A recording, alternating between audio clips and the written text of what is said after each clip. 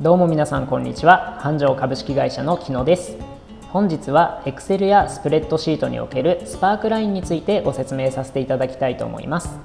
スパークラインって何って方が多いとは思いますし、知っているけど使ったことはないっていう方も多いのではないでしょうか。結論から言うと、スパークラインはセル一つの中にグラフを作成する機能になっています。では実際に編集画面を見ていこうと思います。ちなみにこのチャンネルでは様々な初心者向けのスキルの動画も発信させていただいておりますので、ぜひチャンネル登録よろしくお願いいたします。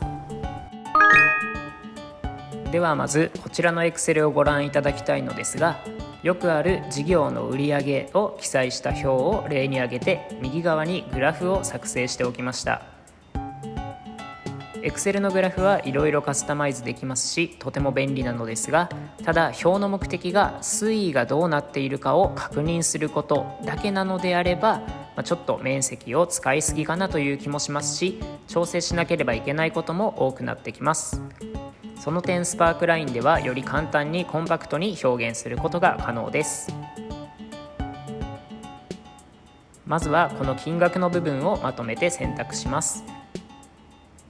そして挿入タブの中にスパークラインがありますので、こちらの中から折れ線を選択します。そしてどこにスパークラインを配置するか設定する画面が出てまいりますので、こちらで先ほど選んだ金額の横のセルを範囲選択し OK をクリックしましょう。はい、これでスパークラインが挿入されました。先ほどは折れ線を選択しましたが、縦棒グラフや勝敗グラフを挿入することもできます。右側の通常のグラフを作成したパターンと比べると、かなり情報がシュッとまとまっていると思います。では次にスパークラインの実装を Google スプレッドシートで行おうと思います。Excel の時と同じように挿入タブの中を見てみると、スパークラインの項目がありません。スプレッドシートの場合にはセル内に関数を記述する方法でスパークラインを挿入できるようになっています。では A 事業のところのセルにイコールスパークラインと記載し、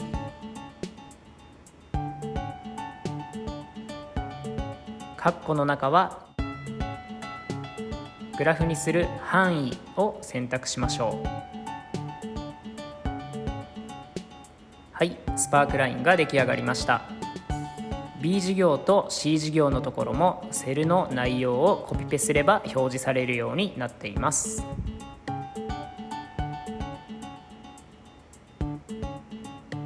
関数の中に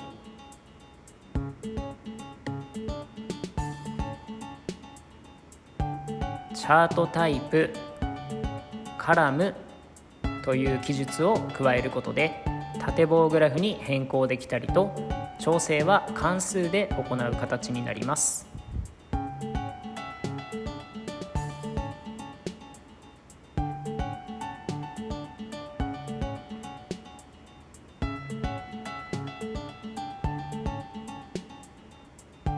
こちらでスパークラインの説明は以上となります。少しでも皆様の作業に役立てば幸いです。本日はご視聴ありがとうございました。このチャンネルでは弊社で制作した映像や仕事の様子を撮影した動画、コンテンツ制作に役立つ知識などを発信しております。取り上げてほしい内容などがございましたら、ぜひコメントお願いいたします。またチャンネル登録、高評価もよろしくお願いいたします。